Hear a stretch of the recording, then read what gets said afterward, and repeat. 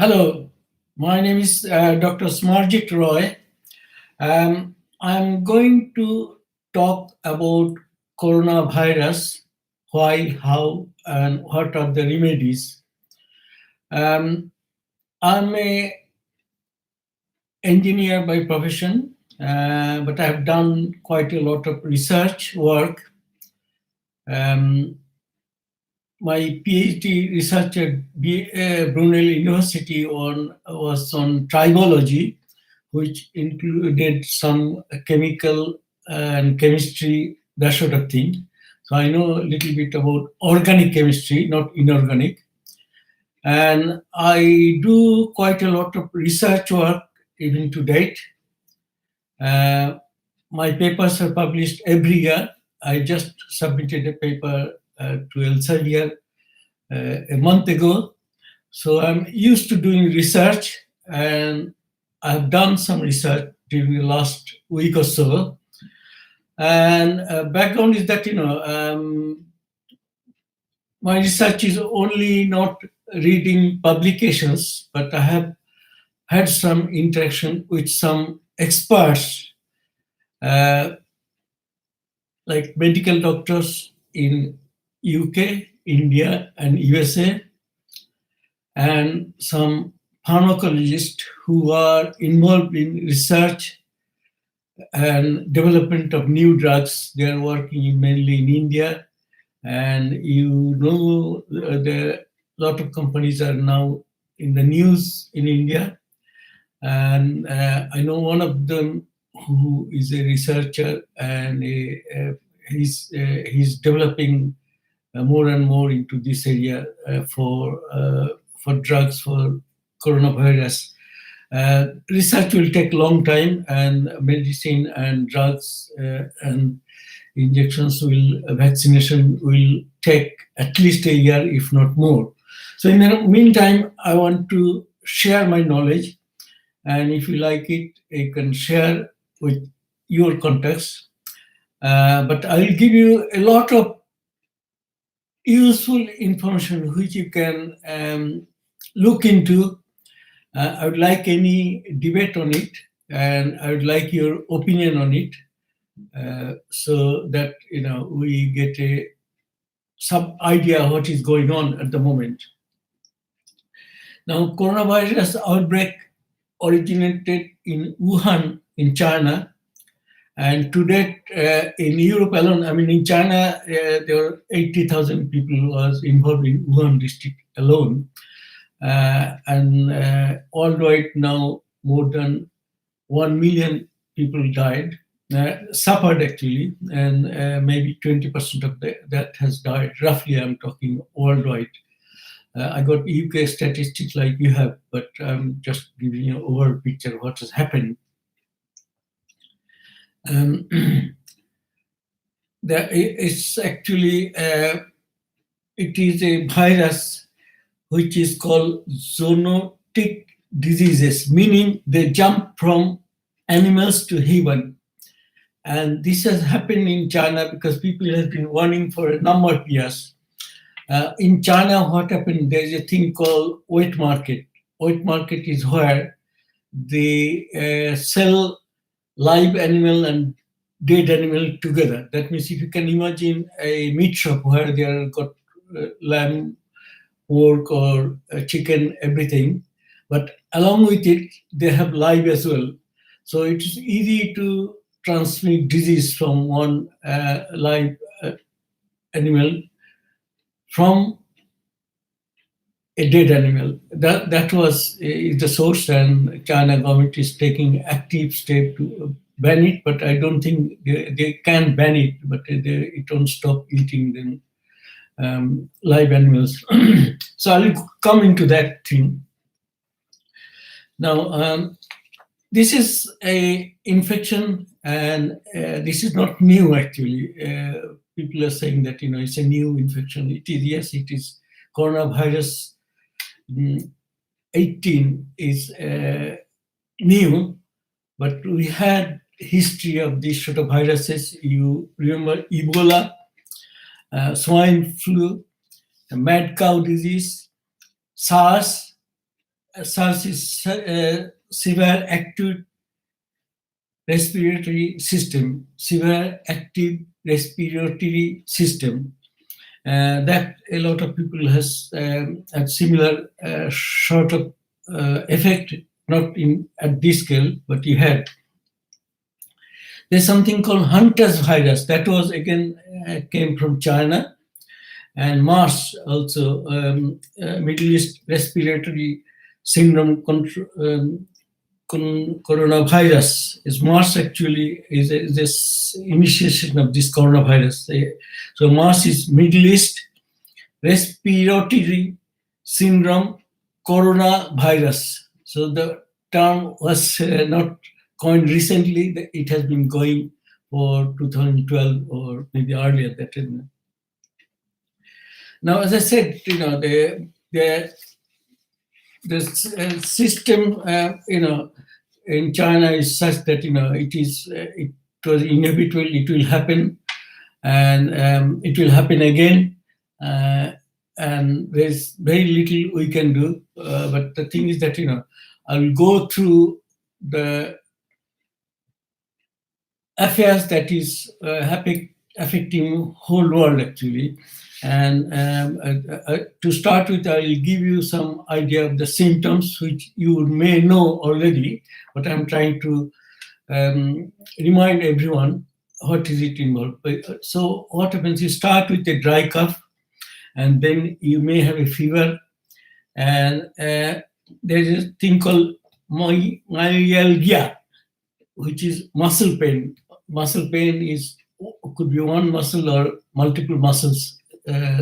It starts hurting you, and also there's another system where one loses sense of sense of smell and taste. That means you don't taste any food as you like, and also you can't smell what is a good smell. But so loss of sense is another indicator of that you are about to get a coronavirus. Actually, these are the symptoms. Now, these can be tested by taking swabs from nose and throat, but actual test can be done only from sputum. That is how the coronavirus positive symptoms. So you hear someone had the positive symptoms are negative, and when they are free of coronavirus, then they do not have these positive symptoms. So that is the other way around I'm talking about. Now, the treatment, there's no treatment, as you know, to that treatment. Just guessing. They're oxygenating and they're putting in the ventilator. That is just going through the process, and maybe 20% or less don't make it, they die. So 100 out of every 100% suffering from it, only 20 or so dead. So it's not a huge number, but if you take into account the total number of people suffering, then it gradually builds up. Actually, in UK, like only yesterday, more than 1,000 people died, and maybe there are 10,000 in hospitalized in somehow in total. Now, the starting of as I told you that it is the wet market that has started all this disease, this particular disease and other diseases as well. Now, what happens? Unfortunately, Chinese people eat some of the most dangerous animals. Dangerous mean they are vermin actually. They are vermin. I can give you some example. They eat cockroaches, bat, bat is the source actually. It has been identified that coronavirus 19 has came from bat. They also eat, cockroaches, as I said, snakes, live snakes, cats, dogs, and there's another thing called pangolin. Pangolin is something which survives on ants. They eat only at ants, but pangolin is very delicate for Chinese people, and they actually source it from different countries. Even they are not countries like Malaysia. They supply pangolins to China quite a lot. Now, China is again famous for illegal trading of live animals from different countries. So every country, almost every um,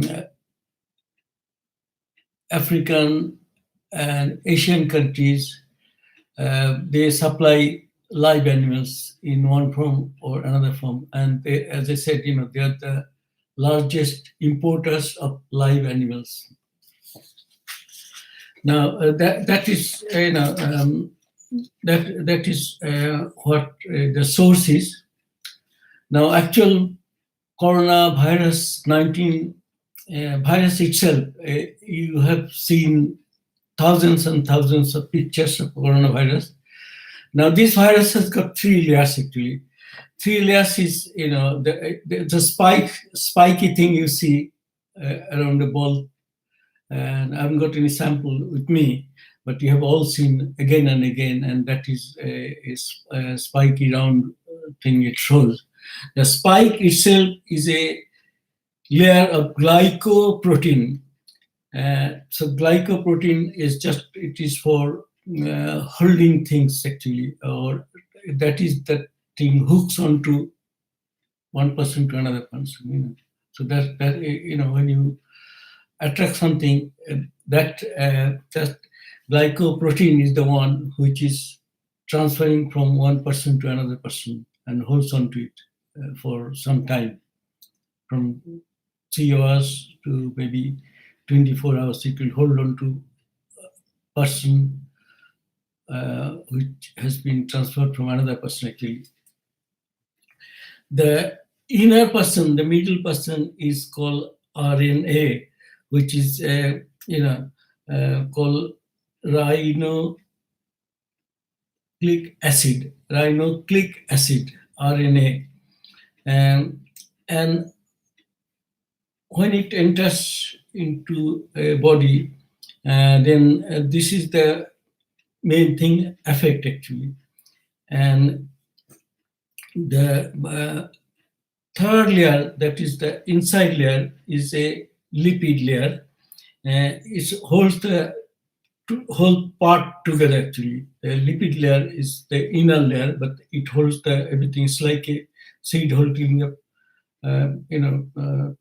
branches and flowers and things like that. So the inner body is the lipid layer that holds the virus parts, all 3 parts together. By breaking the lipid layer only, you can get rid of the virus. So you can see that you have to go to the depth completely. Now, this lipid layer, what it does, it multiplies itself. So when it goes to another body, it is that one breaks, and it actually regenerates itself. So one virus will create maybe thousands or many thousands actually. That's what recreates the virus. That's why when it goes into your lungs, it expands and makes many more viruses, and that affects, and it keeps shutting down all the other organs. That's how it does work. Now, to get rid of or avoid getting this virus spreading, There is a separation rule because it has been estimated that it travels up to 1.5 meter.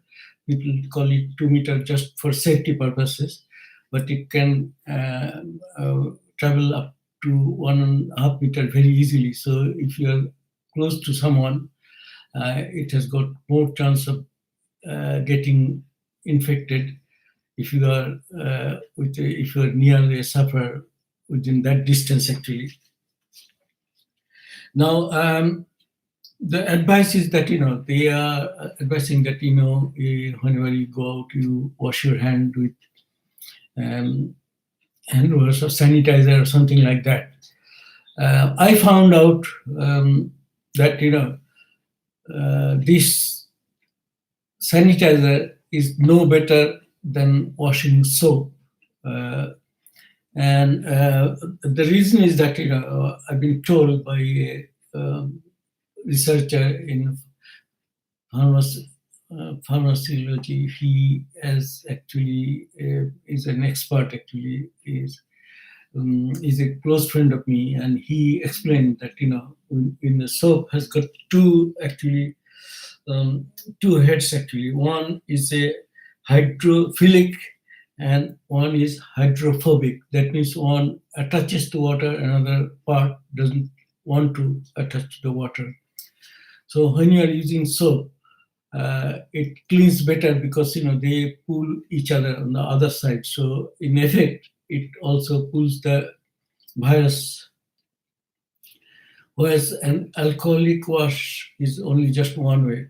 So my view from the expert who has been doing research in this area, he said, in effect, soap is much better protection than using any alcohol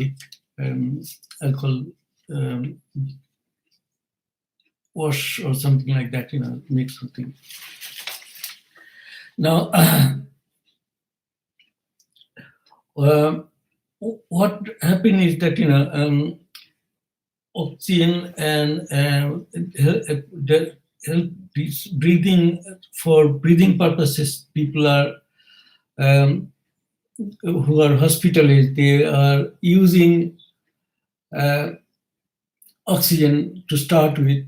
So it's a normal procedure for anyone going to intensive care. They are given oxygen, but ventilators are used in these cases when the patient doesn't recover, say within 2 days, then and the symptoms get worse. As I said, once the virus is inside your lungs, it sticks on your throat for about 3 to 4 hours, and then it gradually goes to the lungs, and it starts affecting your body or one's body within 2 days, and usually within 2 weeks you get the worst of it. And by then either you survive or you are in a critical condition actually. So most people has been, or at the present in UK, they are transferred between 2 days and 14 days to the ventilators. And ventilators have got a lot of issues actually. Some people are in the opinion that it doesn't actually help at all. It actually hinders. That is, people find it difficult to breathe in when the ventilator is on, because what is happening that um, um, it is actually gives you a high percentage of oxygen, but it's a mixture of air and oxygen, and it helps get rid of carbon dioxide as well, and it is inserted into tracheal tube. That means it inserted through your nose or your mouth actually, the tube, and it is it's actually a procedure whereby the people feel a bit uncomfortable actually, And if it fails, then there's a procedure called tranchia, whereby a hole in the neck is done and a tube is inserted, and the procedure is called tracheostomy tube, stenostomy tube. And it actually, what happens is that, it inserts it to the neck, and it's very uncomfortable, as you can imagine, and it goes into your lungs, and it is given to your lungs the mixture of air with some force, actually. So that can be uncomforting for patients. And what happens sometimes, the patients want to breathe out as you would normally do, because they are struggling for breath anyway. So they make effort to breathe out. At the same time, oxygen try to push in. So that makes it worse. What happens, the patients suffer and they feel uncomfortable, they feel breathless. And one thing one must know, that ventilator doesn't actually do anything. It doesn't do anything. It just helps you to breathe. It doesn't. Um, it doesn't actually cure your underlying diseases. So anything wrong in your other part of the body, ventilator is doing nothing at all. When you've got coronavirus attack, your lungs will fail, your liver will fail, your kidney will fail. Gradually, they will all shut down. Actually, so but giving ventilator uh, or using ventilator doesn't cure any problem at all. It's just a means of giving oxygen which you struggle for. Now, one of the things I have I've observed that this is a worse than Third World War. Because if you imagine, if there's a Third World War today, not so many people will suffer all over the world, and not so many people will die unless there's a nuclear war. If you look at a straight war, and experience that, will tell you that, no way, millions and millions of people in all the countries will suffer, because usually the war is between two strong countries, or two or more countries, ganging up on each other. But no way the whole world will fight uh, at the same time, everywhere. Actually, it will be fight between a concentrated area or areas or different areas. But this is a disease that's going to affect whole of the world. Actually. And so this is much worse than Third World War, actually. And what is happening that, these people who are dying, they are obviously, they do not have to suffer anymore. But those people who are living, it will make a great impact, and the impact will be greater than a war, because a lot of people will lose their livelihood.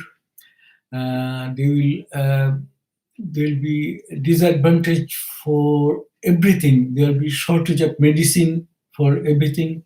There is a shortage of food. There will be a shortage of all other amenities. It won't go.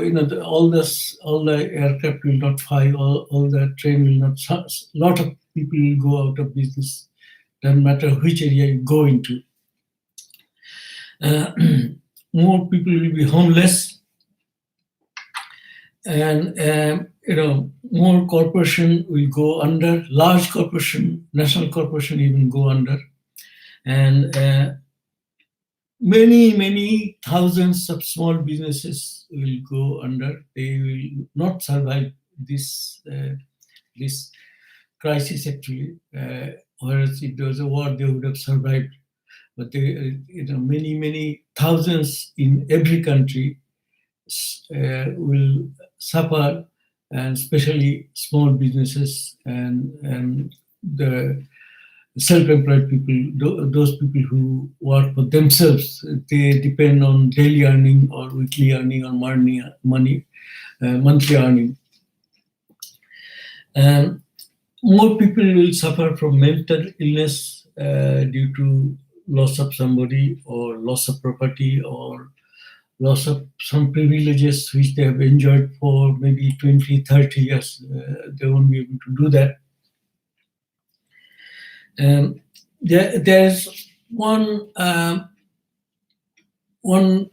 thing which is being debated worldwide, and that is, for some reason, developed countries are suffering more than the developing countries.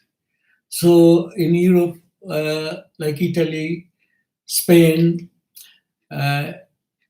France, Germany, UK, they have much more people affected percentage-wise than in India, Pakistan, Bangladesh, Nigeria, Ghana, all the African countries.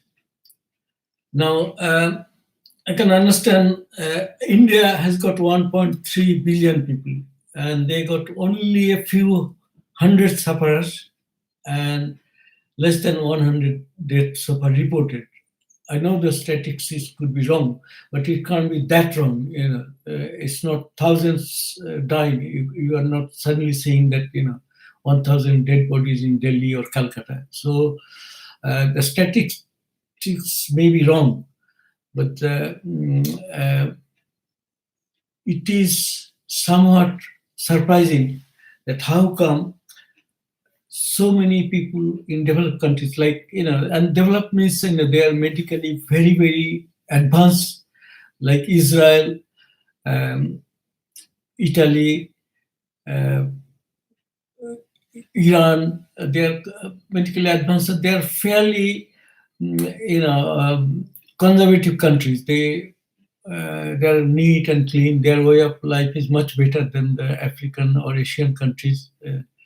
Their health and well-being are much better looked after in there.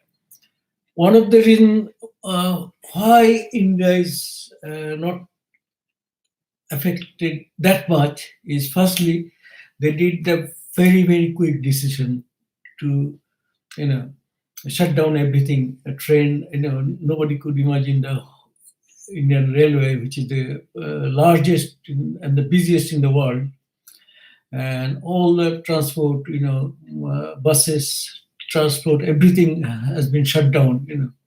So they have done a magnificent job. But beside that, one argument that I'll put is that Indian has got somehow better resistance for these sort of viruses, because all the Indians are given BCG injections when they're child. Actually, almost 99% of the people has given that vaccination.